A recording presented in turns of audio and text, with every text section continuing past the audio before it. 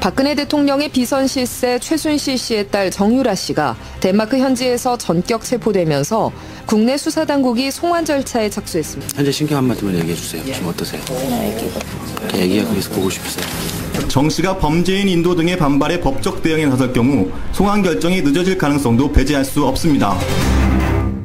예, 어제 덴마크에서 불법 체류 혐의로 긴급 체포가 된 최순실 씨의 딸 정유라 씨.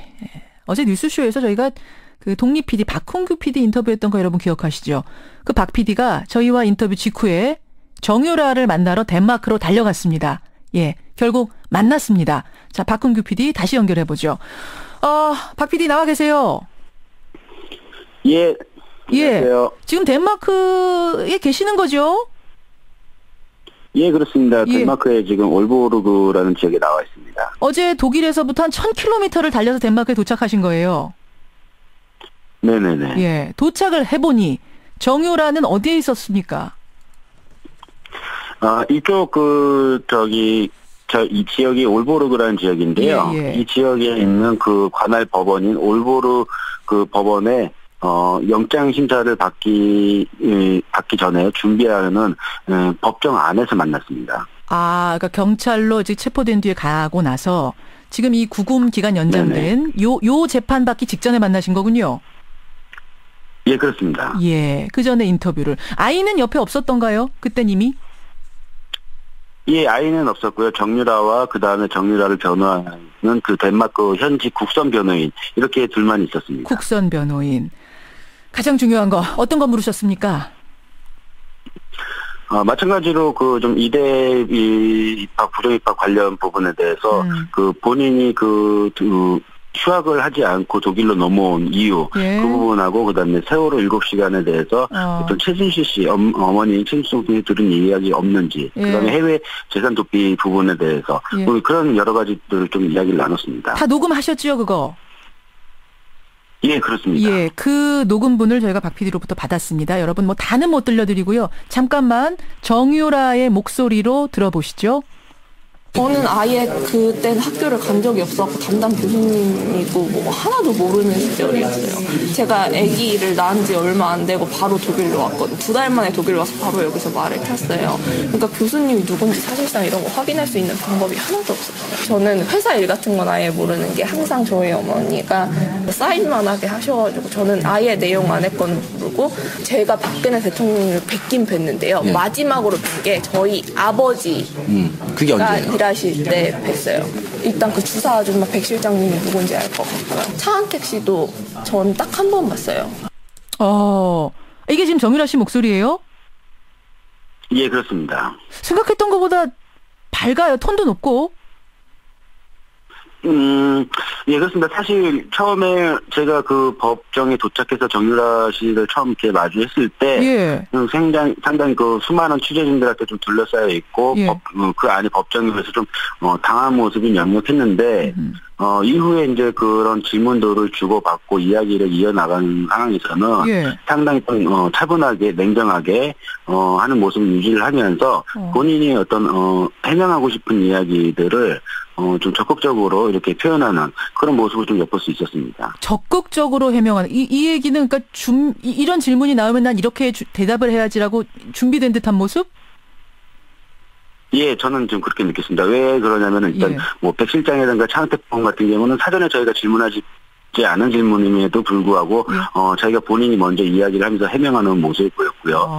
그다음에 어떤 이대 그 부분에 대해서도 굉장히 그 당시 상황을 잘 이렇게 설명하는 부분들을 엿보면서는 좀 사전에 이런 부분들에 대해서 본인이 이렇게 해명을 해야 되겠다라는 사전 어떤 준비, 그렇지 않으면 또 변호사와의 충분한 교감.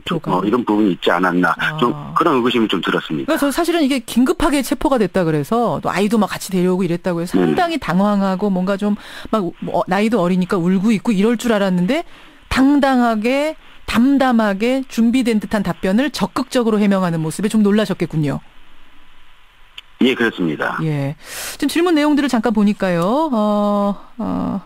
교수님 누군지나 몰랐고 회사 일 하나도 모르고 사인만 했다. 이런 얘기도 들리고 현재 심경도 물어보셨어요? 예, 그렇습니다. 현재 신경이 어떠냐고 가장 먼저 물어봤을 때 예. 아이가 보고 싶다, 아이와 함께 하고 싶다. 그래서 계속해서 아이 이야기를 이렇게 좀 많이 했습니다. 아이를 보고 싶다. 뭐 삼성에서 구입해준 말에 관한 질문도 하셨죠. 예, 그렇습니다.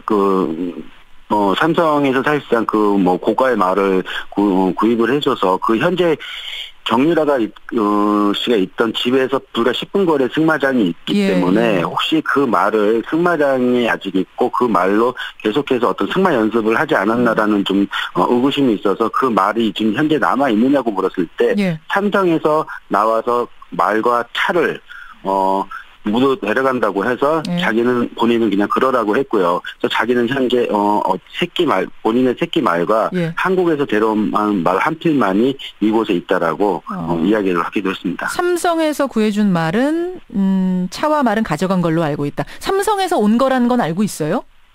인정해요? 삼성에서 나와서 직접 만나서 본인한테 가져가겠다고 이야기를 했다고 했습니다. 그래요. 엄마 최순실 씨와의 관계도 혹시 물어보셨습니까? 최순실 씨와의 관계는 사실상 본인이 이제 미성년자일 때 어떤 임신을 하다 보니까는 좀 갈등과 번복이 있었던 것 같습니다. 그 과정이 이제 그러면서 관계가 자연스럽게 나빠졌고, 흔히 말하는 질풍노도의 시기니까 예. 충분히 반항하고 그랬을 거라고 엿볼 수 있는 그런 부분이었고요. 아니 대답을 했어요? 그러니까 엄마하고는 내가 사이가 별로 좋지 않다 이렇게 대답을 했어요? 예, 그 부분은 이제 세월호 7시간 부분에 대해서 이제 예. 질문을 주고받을 때, 예. 그러니까 저는 이제 박근혜 대통령을 박근혜 이모라고 호칭을 할 정도로 이야기가 많이 나오는데 본인 그런 이야기를 들어봤냐라고 했을 그러니까 때 정유라 씨, 박근혜 대통령을 진짜 이모라고 부르면서 이렇게 좀 친하게 지내세요? 이렇게 물어보신 거예요? 네, 그렇습니다. 그랬더니? 예, 그랬더니 이제 자기가 박근혜 대통령을 만나기는 했다 하지만 자기가 초등학교 때 만나고 그 이후로는 만나지 않았다라고 이야기를 했고요. 예. 세월호 7시간에 관련해서 그러면 세월호 7시간 대해서 엄마인 최순실 씨부터 어떤 들은 얘기가 있지 않느냐라고 했을 때 예. 그때 당시에는 자기가 임신을 하고 있는 시기였고 바로 그 시때 그 임신으로 인해서 최순실 씨와의 관계가 안 좋아서 자기가 그 부분에 대해서는 전혀 알지 못한다라고 이렇게 이야기를 했죠. 이게 뭐 준비된 답일 가능성이 있겠네요. 엄마와도 난 사이가 좋지 않아서 나는 아는 게 없고 대화도 잘 안 하고 박근혜 대통령과도 초등학교 때 본 게 마지막이고 나와 지금 관계가 없다. 이것도 좀 준비된 듯한 답변 느낌도 드는데 모르겠어요. 기사로만 줄기차게 만나던 이 정유라라는 사람을 직접 본 느낌이랄까요? 인상이랄까요? 좀 인상적인 게 있었습니까?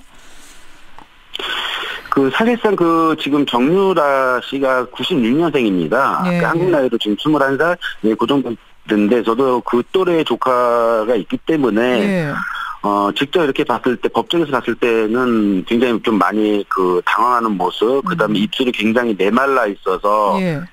상당히 심적으로 지금 고심이 많이 하고 있고, 고민이 많겠구나라는 모습을 봐서는 개인적으로 좀 안타까운 마음이 좀 들었고요. 아하. 그러나 이제 바로 이제 이런 의혹들이라든가 예. 이런 것들에 대해서 질문을 주고 이야기를 받는 과정에서는 또 의외로 침착하게 예. 어떤 마치 준비된 답변을 하는 모습들을 봐서는 사전에 치밀하게 조금 준비되지 않았을까라는 의심도 있고 예.